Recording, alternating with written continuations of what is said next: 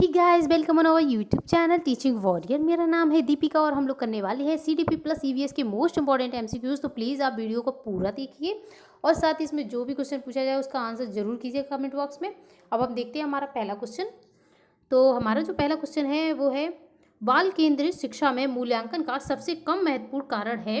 तो सबसे कम महत्वपूर्ण कारण है मुख्य सामग्री ज्ञान कौशल। ठीक है, और अब देखिए पहला क्यों नहीं होगा। पहले में बात की गई है प्रगति की निगरानी रखने के लिए, ये बिल्कुल सही होगा। और दूसरे में सक्रिय भागीदारी की, और तीसरे में बात की है अंतराल को संबोधित करने की। तो ये जो तीनों ऑप्शन है ये बिल्कुल सही है। और सबसे कम का जो पूछा गया है तो वो हो जाएगा फोर्थ ऑप्शन, बिल्कुल सही है। अब देखते हैं नेक्स्ट। मानव जाति में अभिवृत्ति किस प्रकार के वितरित है? किस प्रकार से वितरित है? तो ये एक सामान्य प्रकार से वितरित है, इसका हो जाएगा ए, बिल्कुल सही। अब देखते हैं नेक्स्ट।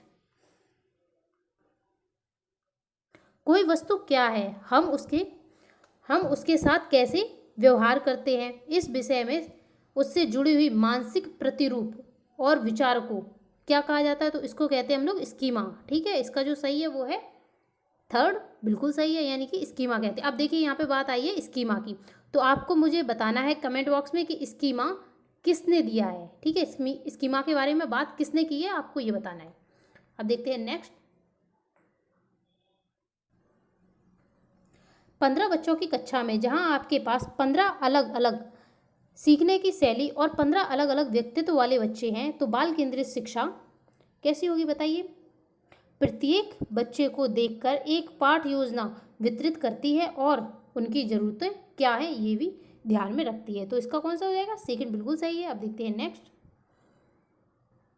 प्रगतिशील शिक्षा, प्रगतिशील शिक्षा के जनक कौन है? तो प्रगतिशील शिक्षा के जनक हैं जॉन डीवी। ठीक है, तो इसका जो जॉन डीवी वाला है बिल्कुल सही है।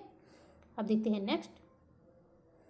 पियाजे ने क्षमताओं और योग्यताओं को क्या नाम दिया? तो उन्होंने योग्यताओं को नाम दिया है स्कीमा, यानी ए इसका बिल्कुल सही है। अब नेक्स्ट। अन्वेषण अधिगम में शिक्षक अधिगम के एक डैश की भूमिका निभाता है, फैसिलिटेटर की भूमिका निभाता है, यानी कि सेकेंड इसका बिल्कुल सही है, समन्वयक। ठीक है, समन्वयक की भूमिका निभाता है। अब नेक्स्ट देखते हैं। विशेष शिक्षा किससे संबंधित है? तो विशेष शिक्षा संबंधित है विकलांग बच्चों की शैक्षिक कार्यक्रम से। ठीक है, तो इसका फोर्थ बिल्कुल सही है। अब नेक्स्ट। डैश बुद्धिमत्ता तीव्रतम विकास से जुड़ी हुई है, तो देखिए क्या जुड़ी हुई होगी? उच्च। ठीक है, यानी कि उच्च बुद्धिमत्ता वाले जो बालक होते हैं वो सीखते भी जल्दी है और उनका जो विकास होता है वो भी बहुत जल्दी होता है। तो इसका जो सही है वो हो जाएगा उच्च। अब देखते हैं नेक्स्ट। अधिगम सिद्धांत माता पिता की भूमिका को उनके बच्चे के विकास में कैसे चिन्हित करते हैं? तो ये करते हैं ट्रेनर की तरह। ठीक है, यानी कि इसका जो सही है वो है ए। नेक्स्ट दिया है, एक समूह के समाजमिति विश्लेषण का उपयोग व्यक्तित्व को डैश विधि के रूप में मापन के लिए किया जाता है। किस रूप में किया जाएगा? ये किया जाता है वस्तुनिष्ठ। ठीक है, यानी जो समाजमिति विधि का विश्लेषण किया जाता है वो किया जाता है वस्तुनिष्ठ विधि के रूप में। अब आपको बताना है कि जो टीएटी परीक्षण है ये कैसा है, प्रक्षेपण है, वस्तुनिष्ठ है या फिर आत्मनिष्ठ है, क्या है? आप मुझे कमेंट बॉक्स में जाकर के बताइए।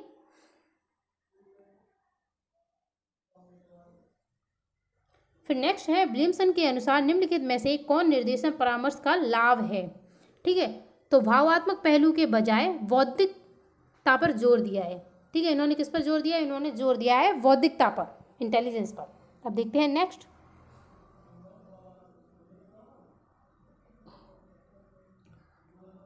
आर्थोटिक उपकरण को मुख्य रूप से डैश के लिए डिज़ाइन किया गया है। तो जो आर्थोटिक उपकरण होते हैं ये डिज़ाइन किए जाते हैं शरीर के अंगों की समर्थन के लिए। ठीक है, यानी कि इसका जो सही हो जाएगा वो कौन सा हो जाएगा? सेकेंड।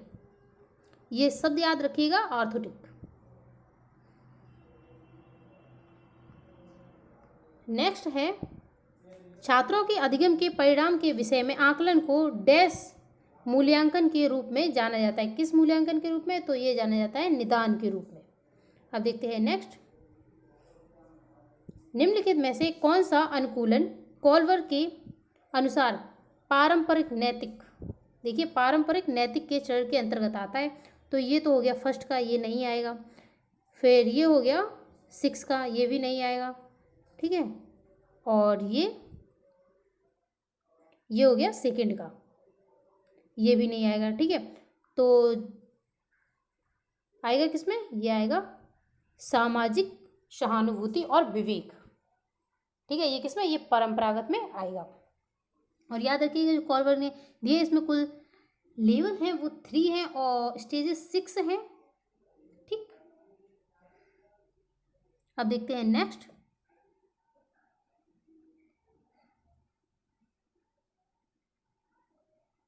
निम्नलिखित में से कौन भाव प्रेरक का उदाहरण नहीं है? तो जुनून भाव प्रेरक का उदाहरण नहीं है। अब हम देखते हैं ईवीएस के क्वेश्चंस। तो हमारा पहला क्वेश्चन है ईवीएस का, पर्यावरण अध्ययन के शिक्षण अधिगम में सर्वेक्षण का उद्देश्य है। तो सर्वेक्षण का उद्देश्य क्या होगा? देखिए पहले में दिया अन्योन्य क्रिया का अवसर, हाँ ये बिल्कुल सही है। विभिन्न लोगों के से संवेदनशीलता, ये भी बिल्कुल सही है। प्रत्यक्ष प्राप्त अवसर, ठीक है, प्रत्यक्ष यानी कि सूचना प्रत्यक्ष प्राप्त हुई और अवसर प्रदान किए जा रहे हैं, ये भी बिल्कुल सही हो जाएगा। आकलन के अवसर, ये भी बिल्कुल सही है, यानी कि इसके ये सभी सही है। तो हम देखते हैं ABCD किस में है, ये देखिए तीसरे में है, यानी कि ये बिल्कुल सही हो जाएगा। अब देखते हैं नेक्स्ट।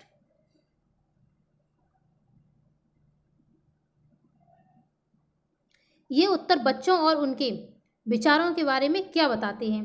पहले हमें पढ़ना है क्वेश्चन, ठीक है। ये देखिए क्वेश्चन स्टार्ट है यहाँ से, ठीक है, यानी कि 18 से 20 के क्वेश्चन हमें इसी के आधार पर देने। निम्नलिखित अवतरण पर आधारित हैं, कौन सी? 18 से 20 तक के क्वेश्चन। अब देखिए इसमें क्या दिया गया है, शिक्षक द्वारा प्रदर्शित एक कटोरे में पानी उबालने और उसका बाष्पीकरण हो जाने के प्रयोग को देखने के बाद 7 से 8 वर्ष के बालकों के द्वारा दिए गए उत्तर इस प्रकार हैं कि पानी गुम हो गया, कटोरे से पानी सोख लिया, या फिर आग ने पानी पी लिया, भगवान ने पानी पी लिया। इस तरीके के ये बच्चों के आंसर है। तो बताइए किस प्रकार के आंसर है? तो पहले में पूछा गया है ये उत्तर बच्चों के विचारों के बारे में क्या बताते हैं? तो ये बताते हैं कि बाष्पीकरण के बारे में बच्चों के विकल्पी विचार, यानी कि उनके जो खुद के विचार है बाष्पीकरण के बारे में वो बताते हैं। अब देखते हैं नेक्स्ट। तो नेक्स्ट में दिया है शिक्षक को इन उत्तरों का सामना किस प्रकार से करना चाहिए? तो शिक्षक को क्या करना चाहिए? जल चार्ट बना करके और मानक चार्ट के द्वारा उसको प्रदर्शित कर देना चाहिए, एक बड़े से चार्ट पर उसको प्रदर्शित करके दिखाना चाहिए जिससे कि बच्चे समझ सकें। अब देखते हैं नेक्स्ट। बाष्पीकरण विषय पर बच्चों के विविध सोच का आकलन करने के लिए निम्नलिखित में से कौन सा एक नमूना हो सकता है? प्रश्न का एक नमूना कौन सा हो सकता है, हमें ये बताना है। तो देखिए क्या होता है ये जल चक्र, होती है या नहीं है, यानी कि हमें पूछना है बच्चों से इस तरीके के प्रश्न, क्या होता है ये, या फिर किस तरीके से होता है। जब इस तरीके के पूछेंगे ना तो बच्चों में ना जो सोचने की क्षमता है वो बढ़ेगी। तो हम उससे क्या पूछेंगे? यही पूछेंगे कि क्या होता यदि जल चक्र ही नहीं होता। तो बच्चा अपने अपने बताएगा कि उसको क्या लगता है, यानी सबके अलग अलग आंसर आएंगे, ठीक है। तो इसका जो सही हो जाएगा वो है 3।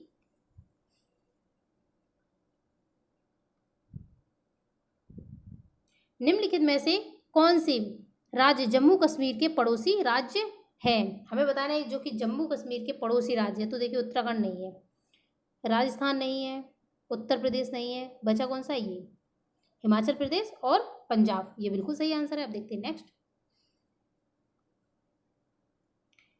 प्रत्येक स्थान के नाम के साथ उस क्षेत्र में बनाए जाने वाले सामान्य घर के सही विवरण का मिलान कीजिए।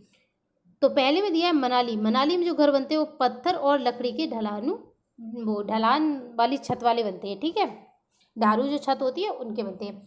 और फिर दिया है राजस्थान। तो राजस्थान में जो बनते हैं वो बनते हैं मिट्टी के घर, उनकी छतें कटीली झाड़ियों से छाई रहती हैं। तो ये बिल्कुल सही है, इसका हो जाएगा 4th। और आसाम में बनते हैं बांस के खंभों पर, ठीक है। और लद्दाख में कैसे बनते हैं? लद्दाख में ये बनते हैं, 5 वाला दिया, पत्थर से बने घर, उनके फर्श व छतें कैसी होती है? लकड़ी की बनी हुई होती है, ठीक है। अब देखते हैं नेक्स्ट। तो इसका जो सही हो जाएगा वो है 4th, ठीक है, जो कि हम लोगों ने ऊपर मिला लिया है। अब नेक्स्ट देखते हैं।